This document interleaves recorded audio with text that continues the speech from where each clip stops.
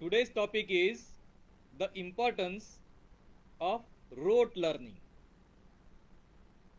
There have been several videos which have gone viral on the internet which are talking about rote learning in a derogatory manner. The argument there is, why remember something that you can get your hands on whenever you want it? The reference is to the internet, where supposedly all information is available, and if that information can be made available by smartphone or computer or tablet or by any other means, what is the need to cram it in your brain? And this is a very dangerous argument. So today I will be giving you the other side of it based on ancient wisdom. Ancient wisdom as it is heavily based on memorization or rote learning, and one need not be defensive about it. The science is only now getting to realize the importance of rote learning or memorization. First, let's see what is rote learning. Rote, the word means custom or habit,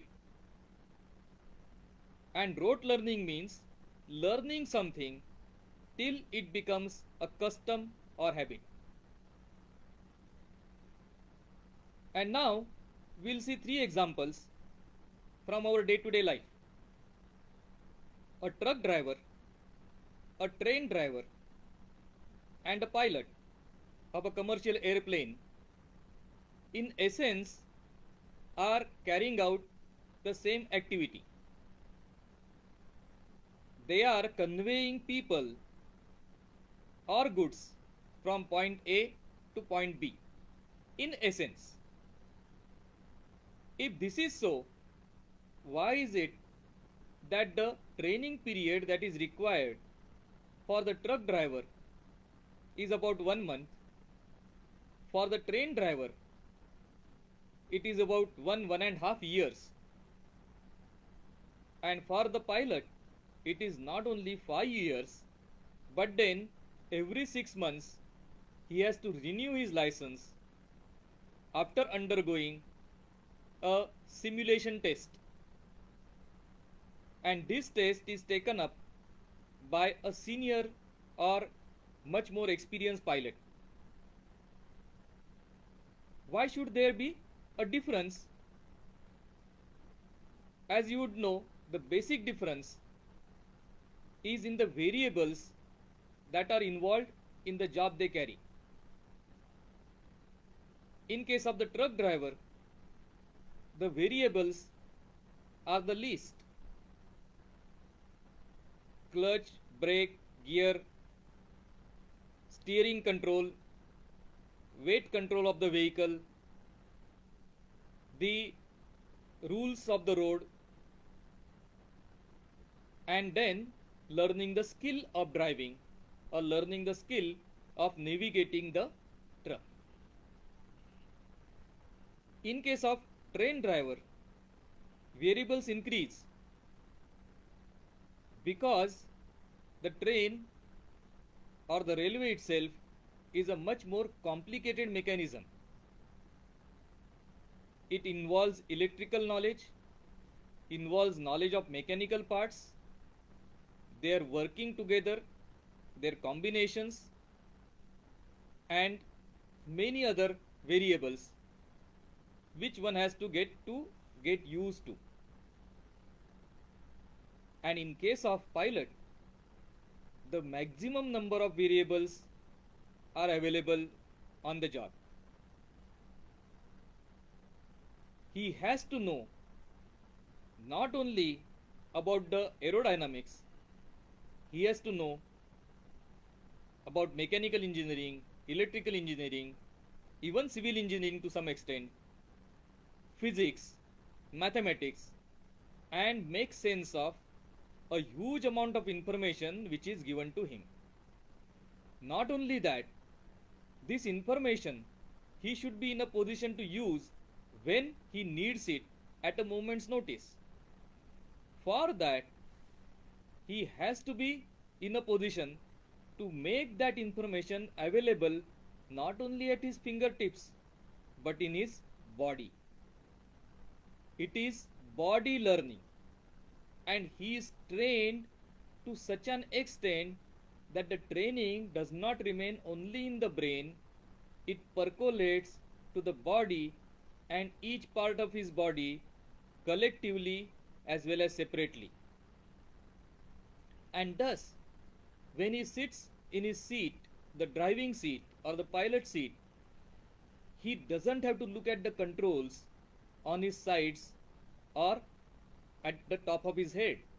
He only looks at the controls which are in front of him, but intuitively and by practice, he knows each and every control which is on the right hand side, which is at the bottom, which is at the top, and so on.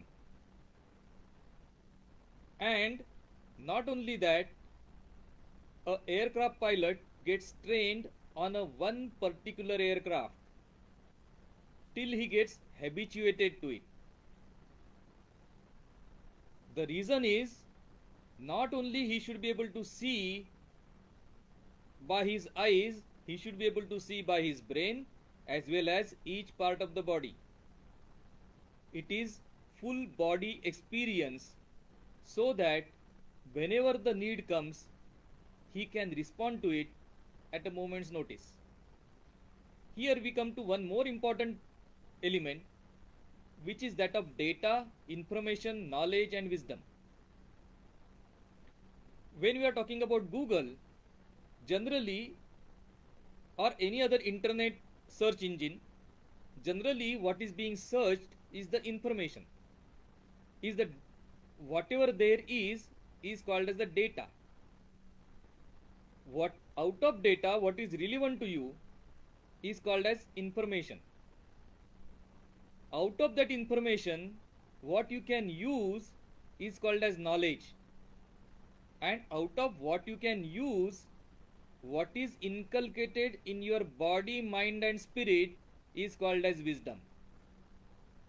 And to get to the wisdom, we have to start at the data and then percolate it, or the essence becomes the wisdom. But the data, information, and knowledge are like the foundation of the building. We physically never use the foundation of the building, but without the foundation, the building cannot exist for a long time. In fact, it cannot exist. So, because we want to enjoy the building, we have to build a strong foundation for the building to exist. In the same way, the data, information, and knowledge are the foundation on the basis of which the wisdom will be built in. And this is why it is necessary to commit all this information, or rather the knowledge that is coming from it, to the memory and to body memory. It is essential. The earlier you do, the better.